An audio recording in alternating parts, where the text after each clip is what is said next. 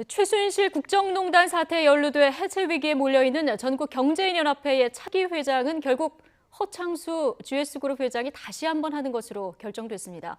대안이 없었다는 얘긴데요. 사실상 전경련의 대대적인 쇄신은 어렵고 이 유명무실한 단체로 전락할 것이라 이런 전망이 나오고 있습니다. 취재기자 연결해서 좀 더 자세히 들어보겠습니다. 박소정 기자. 네, 박소정입니다. 네, 전경련 정기총회 지금도 열리고 있는 건가요?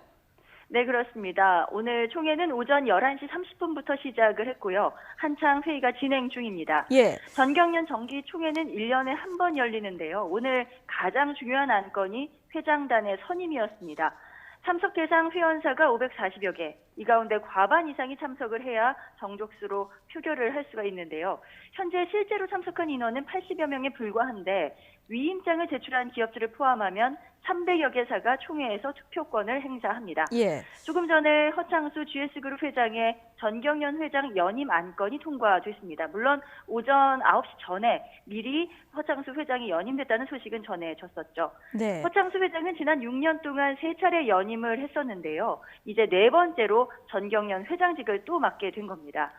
허 회장은 회장 유임을 수락하는 인사말에서 전경련이 회원사와 국민에게 걱정과 심려를 끼쳐드린 점을 다시 한번 사과드린다고 말하고 앞으로 환골 탈퇴해서 완전히 새로운 기관으로 거듭나겠다고 밝혔습니다.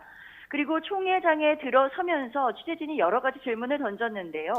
허 회장은 연임을 결정한 이유에 대해서 앞으로 더 좋은 분에게 물려주기 위해서라고 대답을 했습니다. 예. 그리고 쇄신안을 어떻게 정했느냐, 또 4대 그룹이 모두 탈퇴했는데 전경련이 괜찮겠느냐 이런 질문에는 일절 답을 하지 않고 입장했습니다. 아, 말을 아끼는 모습이었군요.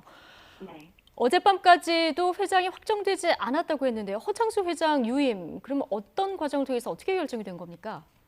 네, 어제까지만 해도 손경식 CJ그룹 회장이 차기 회장을 맡을 것이라는 이야기가 계속 나왔었습니다. 그랬었죠.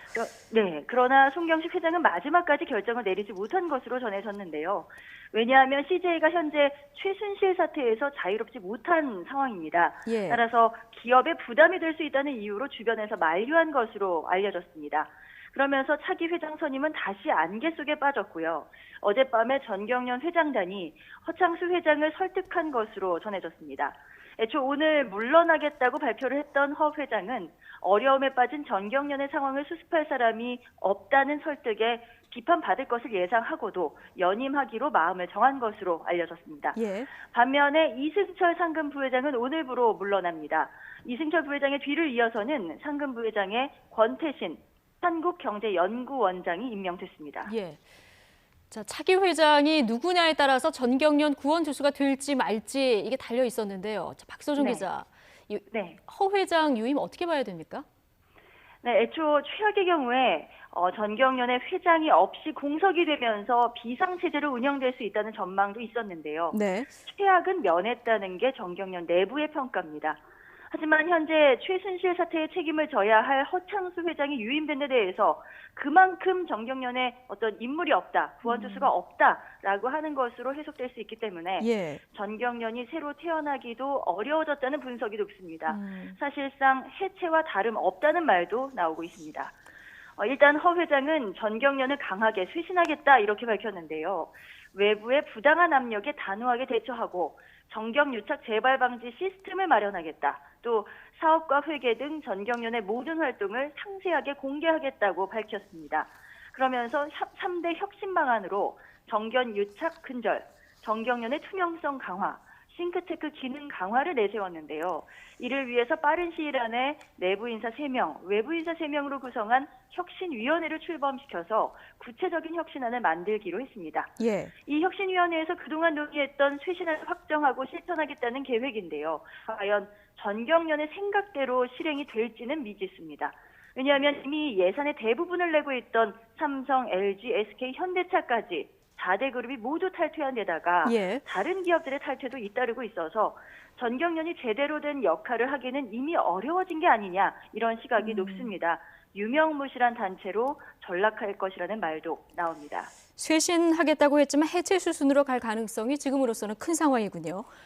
네, 그런 분석이 나오고 있습니다. 예, 지금 또 커다란 비판에 직면해 있는 전경련 인사. 자, 오늘 네. 물러난 이승철 상근 부회장 아닙니까? 지금 퇴직금 논란에 휩싸여 있는데요. 네, 그렇습니다.